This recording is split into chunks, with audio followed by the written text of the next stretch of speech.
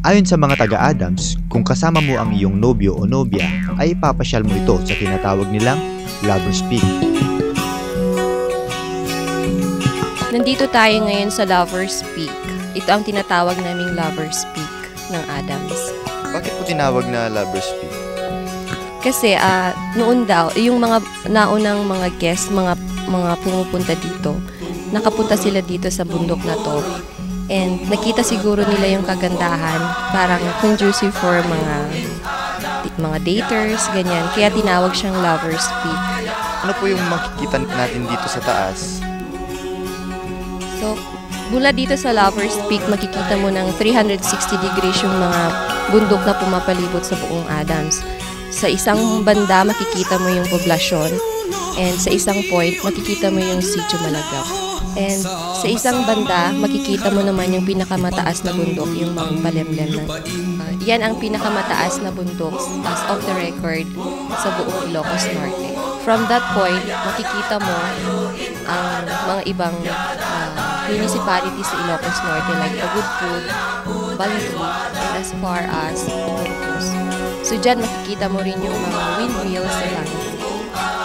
Bale, ilang pong hours yung trekking bago makarating sa peak niya? It takes 4 hours bago ka makarating sa pinaka-peak at mga 2 hours pababa. Kami ang grupo ng trip lang, kaya kayang-kaya naming akyatin yan.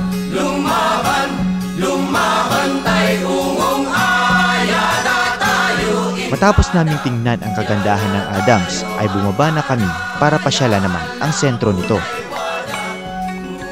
Mga makikita na mga tourist spots sa Adams ay mga kabundukan gaya ng Linaw Kadisan or Linaw Pond. We have also the Mount Pau and we have Mount Palemlem or Pico de Loro. Mga iba pa, we have waterfalls, 14 documented waterfalls. Meron pa kaming di na-document. And we also have the hanging bridge. We can also offer our culture because Adams is a melting pot of different culture like the Igorots from the mountain provinces, the Iapayaws, and the Isnegs.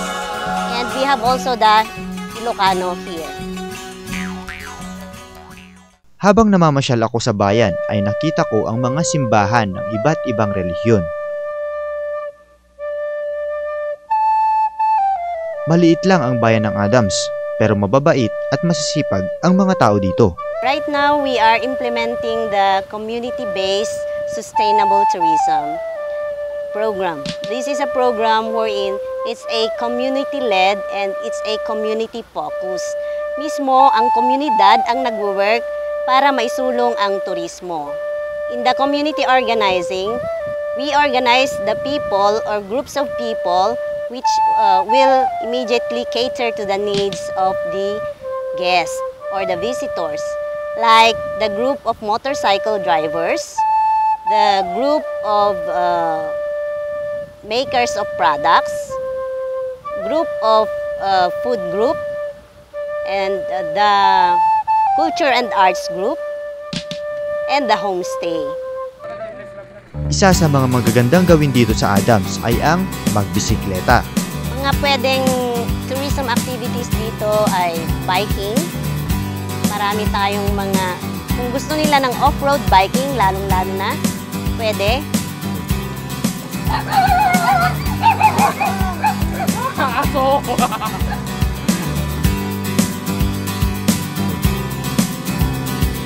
People I know, places I go, make me feel tongue-tied. And I could see how people look down there on the inside. Pagkatapos naming libutin ang bayan ng Adams, nakilala at nakausap namin ang isa sa pinakamatanda dito sa Adams. Kumusta ti Adams at Talolo? Kasi napulis na din na po nga ko. Tay ko na at dapat nagsayatan na ginagdurasan na. Tayo di una na kanagidilala kay peking kada kami. Agapukan day pansan binaklay kargami. Katsigas kas kada asinti sangat ni agserbi kada kami. Tatan kasi na po Diyosen ta tay ko na Hindi tayo ubing mi dito. Alagit, ang dami makakaladamit tayo motor. Dan islugan. Nagbabakin, nagsingatan ako.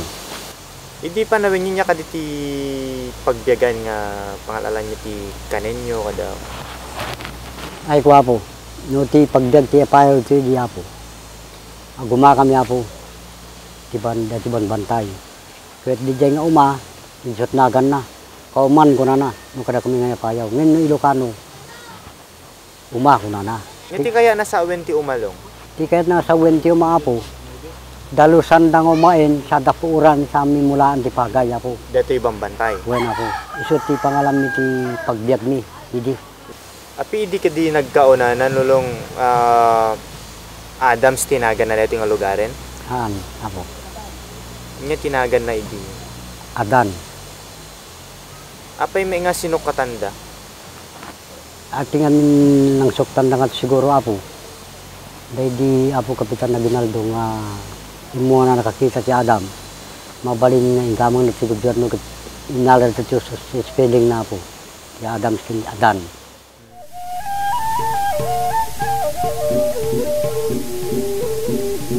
Adams is a so-called rainforest of the north. We have the mountains, the rivers, the waterfalls, and the hanging bridges. For a different experience, you try Adams. It's where eco-adventure tourism awaits you. Sa ilang araw na pamamalagi namin dito sa Adams, masasabi kong ito na ang isa sa pinakamagandang lugar na napuntahan ko sa trip lang. Dito ay marami akong nasaksihan, hindi lang yung kagandahan ng lugar, kundi yung kabaitan at kultura ng mga tao.